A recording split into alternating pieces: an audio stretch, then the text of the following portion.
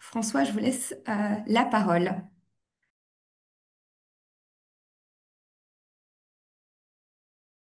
Entreprise. Donc, je vais vous faire effectivement un petit récapitulatif de ce qu'on a pu se dire au mois de mars dernier. Donc, et c'est toujours bien de faire des rappels parce que peut-être qu'autour de votre écran, vous n'avez peut-être pas assisté au webinaire de mars. Donc, ce petit rappel consiste à vous dire que comme vous pouvez le voir sur le graphique de gauche, on a une hausse continue des émissions de gaz à effet de serre, avec une concentration notamment de CO2 qui est au-delà des 420 ppm en 2024. Cette hausse continue est en lien avec nos modes de production, nos modes de consommation associés à notre addiction aux énergies fossiles. Et cette hausse des gaz à effet de serre amplifie l'effet de serre, engendre une hausse de température qui va provoquer une multiplication des aléas climatiques, qu'ils soient graduels ou extrêmes, qui vont déstabiliser nos sociétés, nos écosystèmes en premier lieu, nos sociétés, nos territoires et nos entreprises. Donc, face au changement climatique, il y a vraiment deux réflexes à avoir. Le réflexe de l'atténuation, c'est-à-dire que ça consiste à réduire ces émissions de gaz à effet de serre pour éviter que le climat ne s'emballe encore davantage et en même temps aussi préserver les puits de carbone naturels. Donc ça, c'est ce qu'on appelle l'atténuation. Et puis à l'adaptation, on n'a pas le choix que de s'adapter aux conséquences du changement climatique, à ces risques qui s'intensifient pour limiter sa vulnérabilité, pour minimiser ses pertes aussi, en anticipant sur le climat de demain. Je n'ai pas besoin de vous rappeler les différentes actualités. J'ai mis une photo de ce qui s'est passé dans le Var. J'aurais pu en mettre une de ce qui se passe en Australie avec des inondations qui ont fait plusieurs morts ou sur les pointes de température qui sont montées, je pense, dimanche à 53 degrés dans le Pakistan. On voit que ces aléas climatiques qui nous rappellent tous les jours que le climat se dérègle. Alors justement, à quel futur climat s'adapter? L'État s'est doté d'une trajectoire de réchauffement de référence qui va nous servir à mener les actions d'adaptation. L'objectif, c'est vraiment d'avancer de manière coordonnée pour quels que soient les territoires en France et pour les différents secteurs d'activité du pays. Les actions d'adaptation qu'on devra mettre en place devront être calibrées pour une élévation de 2 degrés à 2030 pour la France, une élévation de 2,7 degrés en 2050 et une élévation de 4 degrés en 2100. Alors 2100, ça peut nous paraître lointain, mais en tout cas, la France, à plus de degrés, elle est toute proche. On a une France et une Europe qui se réchauffent plus vite. C'est pour ça que vous voyez sur le petit graphique qu'il y a deux lignes de température. Et la France, à plus de degrés, elle est vraiment très très proche. Et vous voyez sur le graphique de gauche que quasiment depuis juillet 2023, on est, en termes de température moyenne mondiale, au-dessus des 1,5 degrés par rapport à l'ère pré-industrielle. Et chaque dixième de degré supplémentaire a un effet significatif en termes d'extrême de température, en termes d'intensité des sécheresses, en termes d'intensité aussi des pluies. Tout ça, ça amène des dégâts qui se chiffrent en milliards d'euros. Donc, vous avez des publications de France Assureur, de la CCR ou même de la mission risque naturel qui vous permettent de mettre des chiffres là-dessus si vous-même, vous n'avez pas encore mis de chiffres, parce que vous avez sans doute été témoin d'aléas climatiques qui ont pu impacter enfin, des entreprises partenaires ou voisines sur vos territoires ou vous-même. Sachez qu'il y a d'autres publications également. Donc, je pense notamment à ce qui s'est dit au World Economic Forum ou au niveau des actuaires en Grande-Bretagne, où en 2035, il est attendu une baisse des bénéfices des entreprises de 7% et une contraction du PIB d'à minima 50% à partir de 2070. Alors, les projections et les études commencent à se multiplier et varient, mais en tout cas, tout ça pour vous dire qu'il il est important pour vous de prendre ce sujet à bras-le-corps et de ne plus raisonner à climat constant. Quand vous devez élaborer une stratégie, réaliser un investissement, pensez-le vis-à-vis de ce climat futur. Alors, pour vous aider, il y a le plan national d'adaptation au changement climatique qui a été publié en mars 2025, qui vise à renforcer le réflexe d'adaptation, à la fois pour les citoyens, pour les territoires et pour les entreprises. Donc, je vous ai mis un panel de petites mesures. Il en comporte 52, donc j'en ai mis que quelques-unes à l'écran. Mais vous voyez que ces mesures vont du renforcement des obligations de prévention des employeurs pour préserver, adapter les conditions de travail. Donc, je pense d'ailleurs qu'il y a un décret qui ne sera pas incitatif, mais qui obligera les employeurs à mettre en place des mesures qui sortira en juin. Donc, on a ce type de mesures. On a aussi des mesures qui vont concerner les aides publiques, à savoir demain ou après-demain, un- une structure qui peut aider l'entreprise via un financement public euh, aura comme devoir de s'assurer que l'investissement que vous lui présentez, que le projet que vous présentez pour lequel vous recherchez un financement soit adapté au climat futur. Et puis, le dernier focus, c'est la mesure 33 avec l'intégration de l'adaptation dans les stratégies des entreprises. Et ça, c'est ce qui nous rassemble aujourd'hui. Dans cette mesure, l'idée, c'est aussi de pouvoir vous accompagner au mieux, développer des outils qui vous permettront d'intégrer l'adaptation au changement climatique dans les stratégies. Au niveau de l'ADEME, pour aider les entreprises, on a proposé un parcours d'adaptation qui est structuré en étapes clés pour vous amener à une adaptation transformationnelle. Face à l'importance des aléas climatiques que j'ai cités, les actions ponctuelles ou qui seraient juste des ajustements ne seront clairement pas suffisantes. Lors du précédent webinaire, on a eu la chance d'entendre plusieurs témoignages, dont un témoignage basé sur une étape qui est capitale pour vous, c'est de comprendre ou faire comprendre les enjeux à votre COMEX, à votre direction, et pour les convaincre d'agir. Donc, en mars dernier, on a pu avoir un témoignage des ateliers de l'adaptation, qui est un outil qui peut vraiment efficace pour accélérer la prise de conscience et convaincre en interne d'agir. Avec plus de 600 animatrices et animateurs en France, vous, entreprise, n'hésitez pas à les solliciter sur une demi-journée pour faire prendre conscience à toute votre entreprise avec une transversalité. Il ne s'agit pas simplement que ça soit le département développement durable qui soit au courant. J'imagine que vous êtes déjà tous convaincus, mais l'idée, c'est de convaincre toutes les directions de l'entreprise. Et puis, on a eu un autre témoignage d'une entreprise du secteur papetier qui a bénéficié d'un accompagnement de la CCI Grand Est pour s'engager dans l'adaptation au changement climatique. Et aujourd'hui, on vous propose d'approfondir cette étape du diagnostic de vulnérabilité qui est capitale avec la présentation du diag adaptation, du nouveau diag adaptation financé par l'ADEME, opéré par BPI France, travailler en partenariat avec Carbone 4.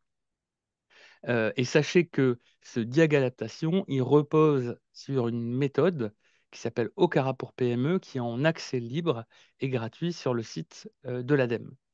Donc, je vous propose d'arrêter mon partage et de donner la parole à Violaine, le pousé de Carbone 4, puis à Enora Kergoat de BPI et Catherine Guimau de la biscuiterie de l'Abbaye pour avoir un exemple.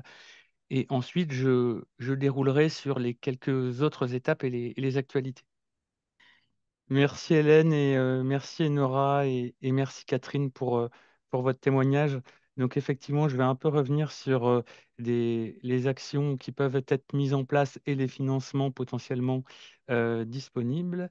Donc, je vous partage mon écran en espérant que cela fonctionne.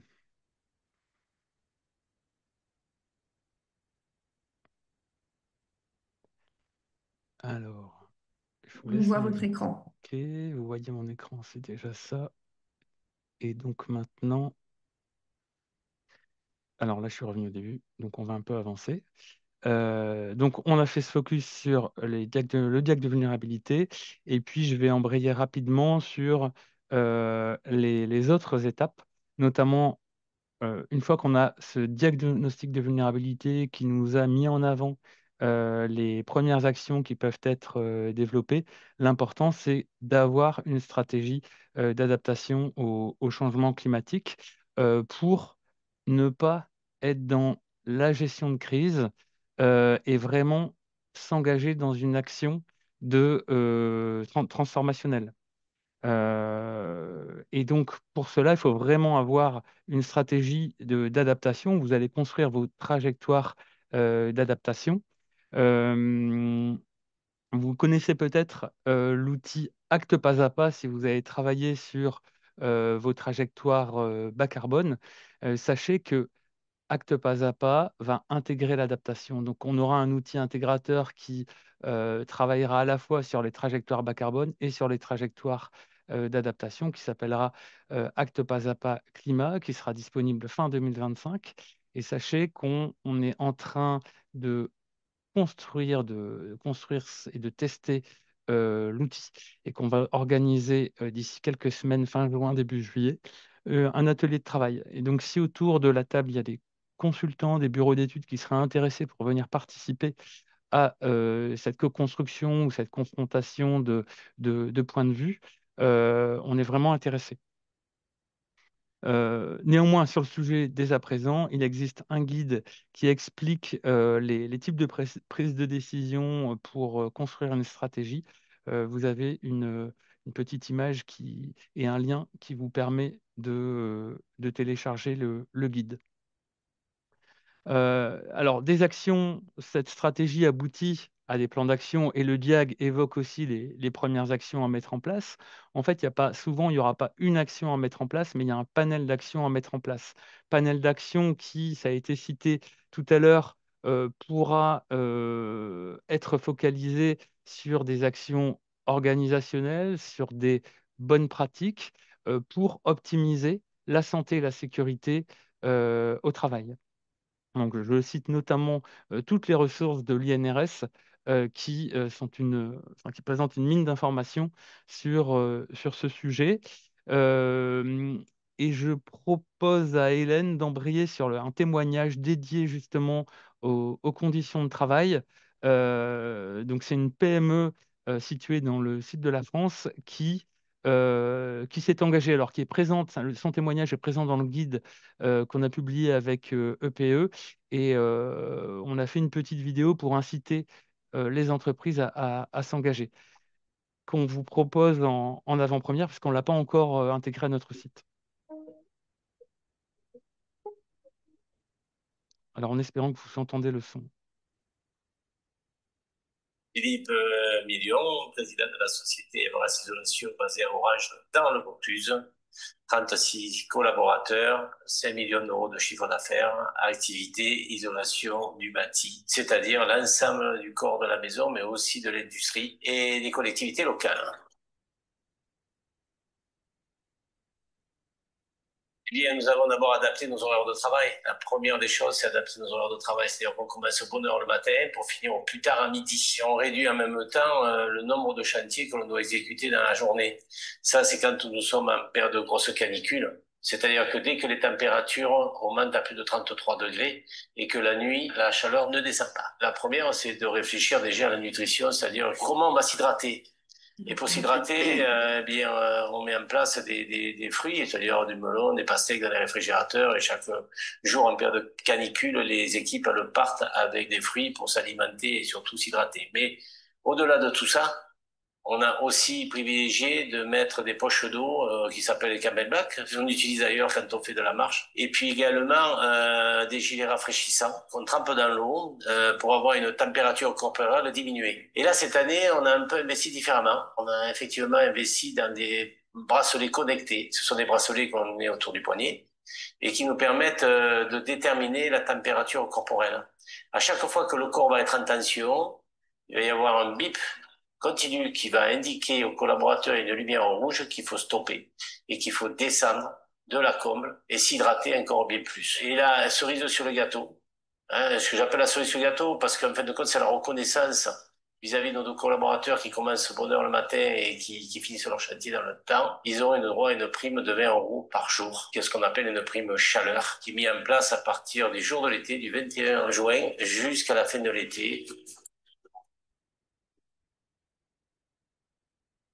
Le gain économique, il est toujours important, ça va de soi. À partir du moment où on va s'intéresser à la santé des collaborateurs, à l'écoute des collaborateurs, il est évident que le nombre d'arrêts de travail, qui est la moyenne de France aujourd'hui, elle est à 17 jours d'arrêt de travail, mais chez Everest, on a diminué à moins de 4 jours par salarié. Ce qui revient à dire qu'on a un outil de production qui est supérieur et on a un gain, effectivement, de près de 80 000 € par an concernant ces arrêts maladie, parce que 12 jours fois 30 personnes, eh bien, ça fait presque une année.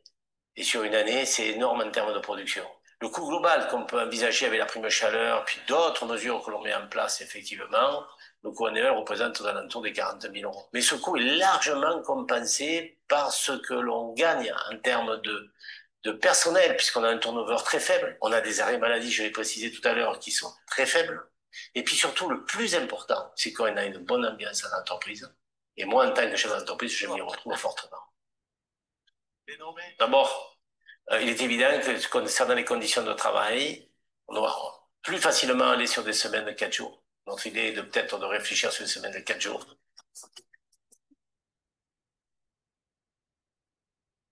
Nous avons d'autres sujets aussi qui sont l'impact de l'entreprise sur la biodiversité. C'est la raison pour laquelle nous avons acquis un terrain de 5 hectares à Kéran, dans le Vaucluse. Ce terrain est destiné à planter des arbres, mais pas que des arbres, des espèces locales méditerranéennes. Chaque mètre carré d'isolant qu'on va réaliser, ben, c'est une espèce que l'on va pouvoir planter. Par contre, aujourd'hui, notre idée, elle est de dire, nous devons végétaliser nos toitures dans les villes et planter des arbres. Parce qu'effectivement, là, on a un impact important concernant la chaleur sur le milieu urbain. On sait très bien que dès qu'on a des arbres dans les villes, hein, on réduit la chaleur au sol de près de 2, voire 3, voire 4 degrés. Et si on végétalise nos toits, eh bien, c'est la même chose. On va avoir un confort dans l'habitation qui va permettre de pas forcément avoir de la climatisation.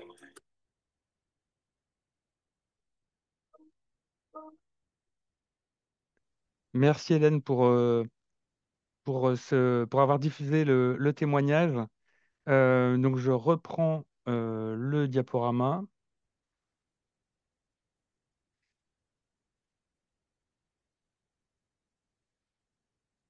Alors, est-ce que vous le voyez? C'est bon? Oui, c'est bon. Ok, super. Donc, comme le chef d'entreprise l'a exprimé, ben, il y a aussi les solutions d'adaptation fondées sur la nature. Alors, dans le chat, j'ai pu mettre des liens vers les références du type du projet Life Artisan piloté par l'OFB qui met en avant des vidéos, des guides et tout un tas de retours d'expérience sur ces solutions d'adaptation fondées sur la nature. Il y a bien sûr le volet eau pour faire en sorte que le cycle de l'eau puisse se produire et puisse alimenter aussi le sol en humidité, ce qui contribuera à avoir un sol vivant et capable de délivrer tout un tas de services écosystémiques dont on a bien besoin. Alors, diapositive suivante. Tout à l'heure, Catherine évoquait la géothermie.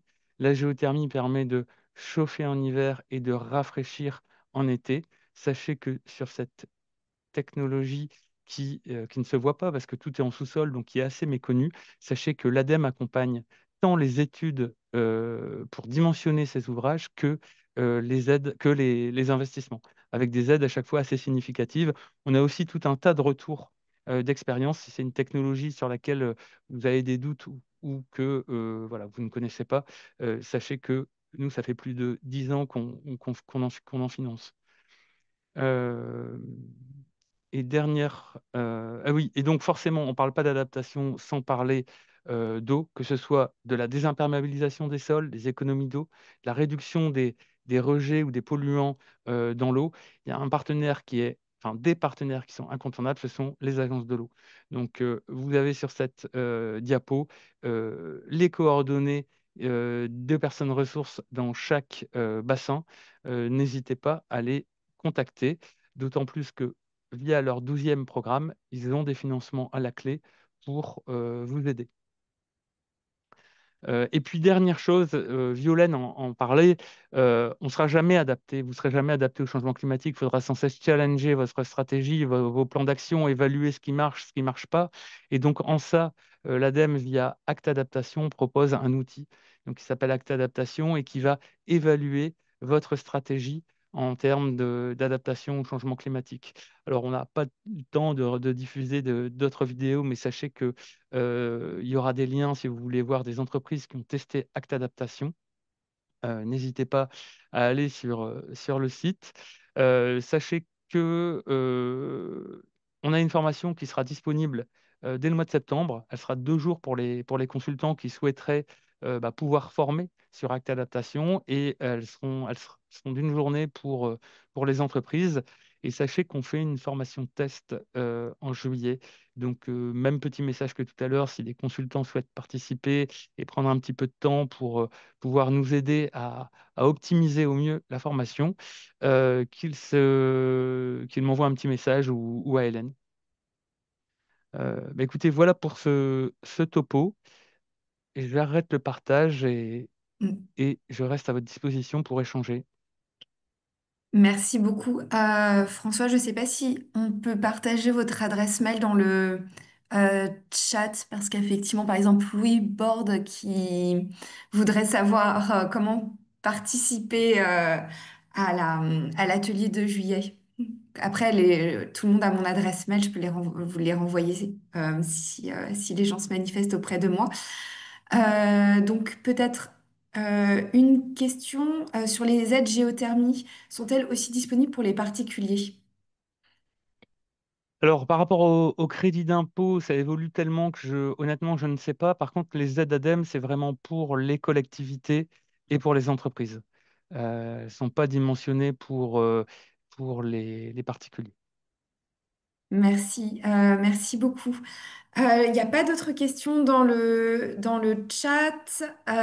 Merci beaucoup François, merci Enora, Catherine, Violaine. Je vais partager juste mon écran pour la dernière fois. Où est-ce que j'ouvre?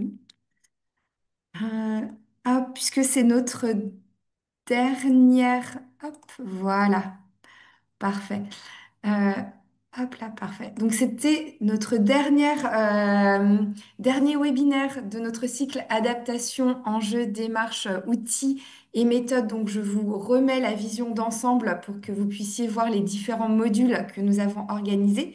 Ils seront tous disponibles en ligne pour un replay. N'hésitez pas à les consulter, à les utiliser, à en parler autour de vous. On a des intervenants de très haut niveau et les experts nationaux sur la question. Vous en aviez trois rien que pour ce webinaire. Les webinaires d'introduction ont été faits avec notamment le président du groupe 1 du GIEC, le professeur Votard qui est français, les experts de Météo France qui travaillent sur la modélisation du climat, mais ça a été également le cas pour les webinaires sur la méthodologie TAC, trajectoire d'adaptation au changement climatique, qui est pilotée et développée par l'ADEME. Donc, c'était les experts de l'ADEME qui sont venus vous la présenter, les experts de l'OFB Et également, il y a eu plusieurs questions sur les problématiques de biodiversité. C'est notamment, ça fait l'objet de notre webinaire 5, choisir et mettre en œuvre ces actions d'adaptation qu'on a centrées sur les actions fondées sur la nature. Donc, c'est la personne justement qui gère Life Artisan qui est venue la présenter. Donc, vraiment, grâce à l'ensemble de ces webinaires, vous avez les experts et vous pouvez les identifier. Donc, vraiment réutiliser ces ressources. Elles seront mises en ligne et elles sont déjà en fait accessibles sur le centre de ressources pour l'adaptation au changement climatique. Donc, vous avez l'adresse mail ici, l'URL, qui est vraiment, François en a parlé, le centre de référence pour toutes, qui centralise toutes les ressources liées à l'adaptation au changement climatique. C'est le Bureau de l'adaptation au changement climatique de la Direction générale de l'énergie et du climat, l'ADEME.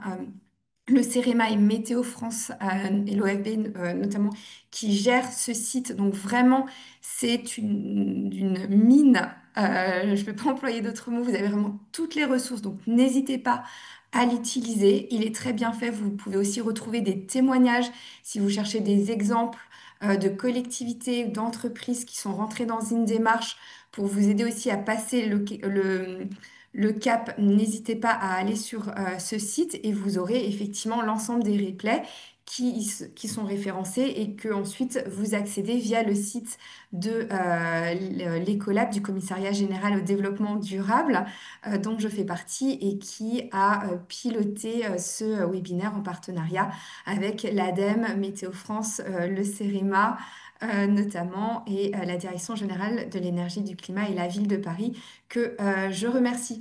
Donc c'est fini. Merci à tous de nous avoir suivis et on espère que ces ressources vous seront utiles et que vous serez nombreux notamment à revenir peut-être vers François pour vous engager dans une démarche dans ces formations ou vers Violaine si vous avez d'autres questions plus précises. Donc un immense merci à tous et je vous souhaite une très bonne fin de semaine. Merci encore. Au revoir.